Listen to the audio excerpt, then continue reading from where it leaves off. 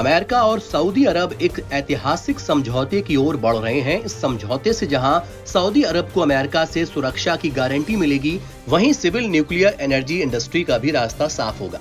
इसके अलावा America Saudi अरब को एआई और दूसरी उभरती हुई तकनीक में मदद करेगा।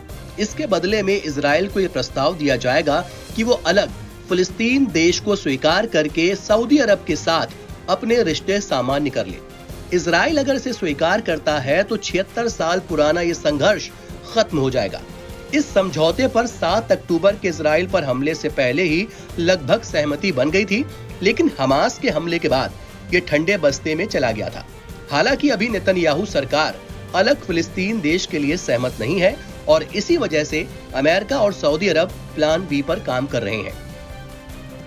गार्डियन की रिपोर्ट के मुताबिक अमेरिका के विदेश मंत्री एंटनी ब्लिंकन सऊदी अरब के दौरे पर पहुंचे हैं, जहां उनकी इस्लामिक देश के विदेश मंत्री से काफी लंबी मुलाकात हुई। बताया जा रहा है कि इजराइल के कड़े रुख को देखते हुए सऊदी अरब ने अमेरिका को यह प्लान भी दिया है।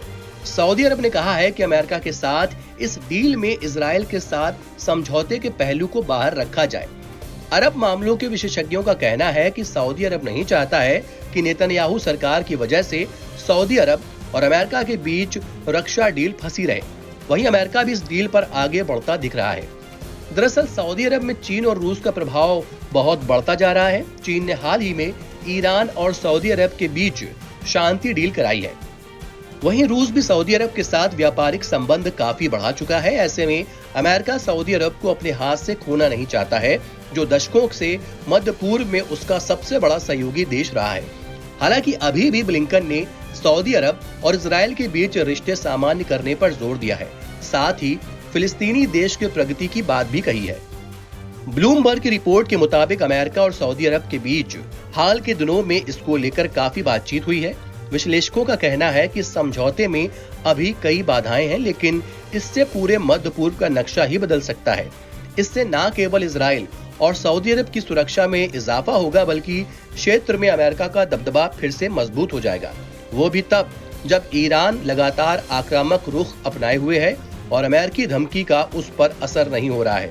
अमेरिका में अगर सीनेट की मंजूरी मिल जाती है तो दुनिया का सबसे बड़ा तेल निर्यातक सऊदी अरब को अत्याधुनिक घातक हथियारों का रास्ता साफ हो जाएगा। इससे पहले सऊदी अरब ने अमेरिका से चीनी की तकनीक को कम से कम इस्तेमाल करने पर सहमति जताई थी। एक बार जब समझौते पर अमेरिका और सऊदी अरब के बीच सहमति हो जाएगी, तब उसे इजराइल के सामने पेश किया जाएगा। इजराइल अगर इसे स्वीकार कर लेता है तो सऊदी अरब उसे मान्यता दे देगा, लेकिन इसके बदले में नेतन्याहू को फिलिस्तीन को मान्यता देनी होगी। इजराइल अगर इसे स्वीकार नहीं करता है तो वो डील से बाहर हो जाएगा। एनबीटी ऑनलाइन की रिपोर्ट।